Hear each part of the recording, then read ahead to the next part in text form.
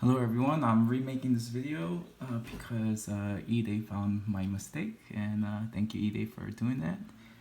So let's see what we're gonna do. Let's restart the lesson. So again, here's a quadratic, here's a trinomial that we're gonna use the quadratic equation for, okay?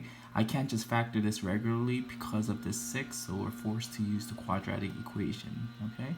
So if you remember, this was the quadratic equation, and I have a couple of letters. I have A, B, and C. So if you remember, this is your A number, this is your B number, and this is your C number, all right? My A number here is 6. My B number is -12, all right? Don't forget the negative number. The C number is 1. Oh, excuse me.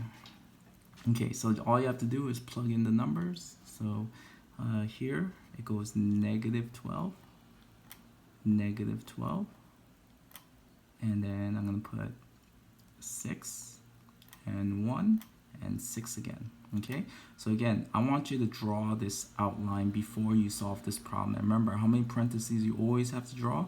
1, 2, 3, 4, and 5. Some of you guys like to do this straight without drawing this first and do it straight across. It's up to you, but I recommend you draw this first and you can just add in the numbers very easily. Okay, so we're gonna have to fix this up. So if we fix this up, okay, x equals a -12 makes a +12, plus minus square root, right? I'm gonna put all in the inside part in the calculator without the square root symbol. All right, so I'm gonna do parentheses -12 squared minus, not times, minus. So you have to press the minus button. If you press the times button, you're gonna get an incorrect answer. 4 parentheses 6 close parentheses 1 close parentheses, press enter, you should get 120, right? So this number should be 120. So square root 120 over 12, okay? Okay, now if we do that, we have to fix up this guy right here, the square root 120. So remember how you did that? We did that by making couples, all right? So I'm gonna do it over here because it takes a little bit of room. Square root 120, right? What breaks it apart? You can do 60 and 2. This becomes 30 and 2.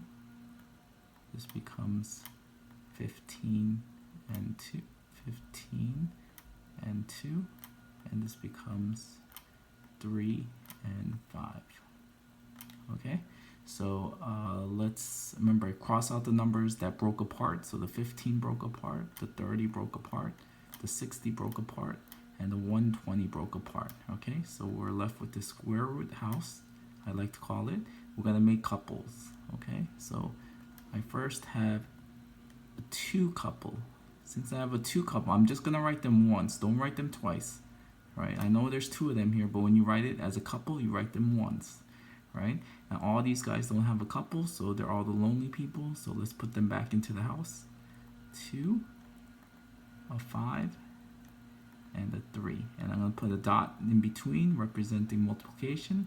And then this becomes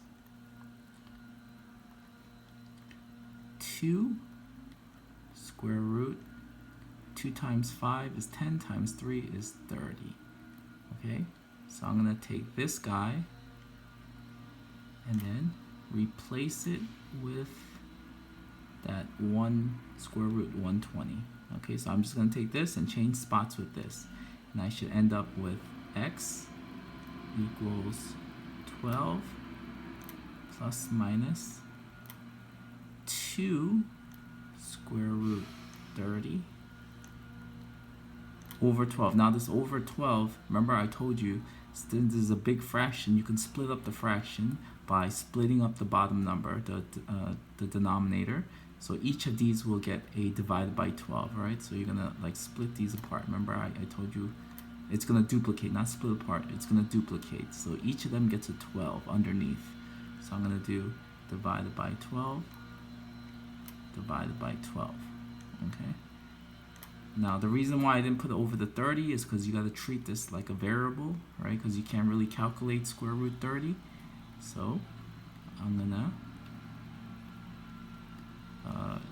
further simplify this. So x equals 12 divided by 12 is just 1 plus minus, all right? And then 2 divided by 12. 2 divided by 12. Enter, I get a decimal, so I press math, enter, enter, and I get 1 over 6. So I'm going to put 1 over 6 square root 30.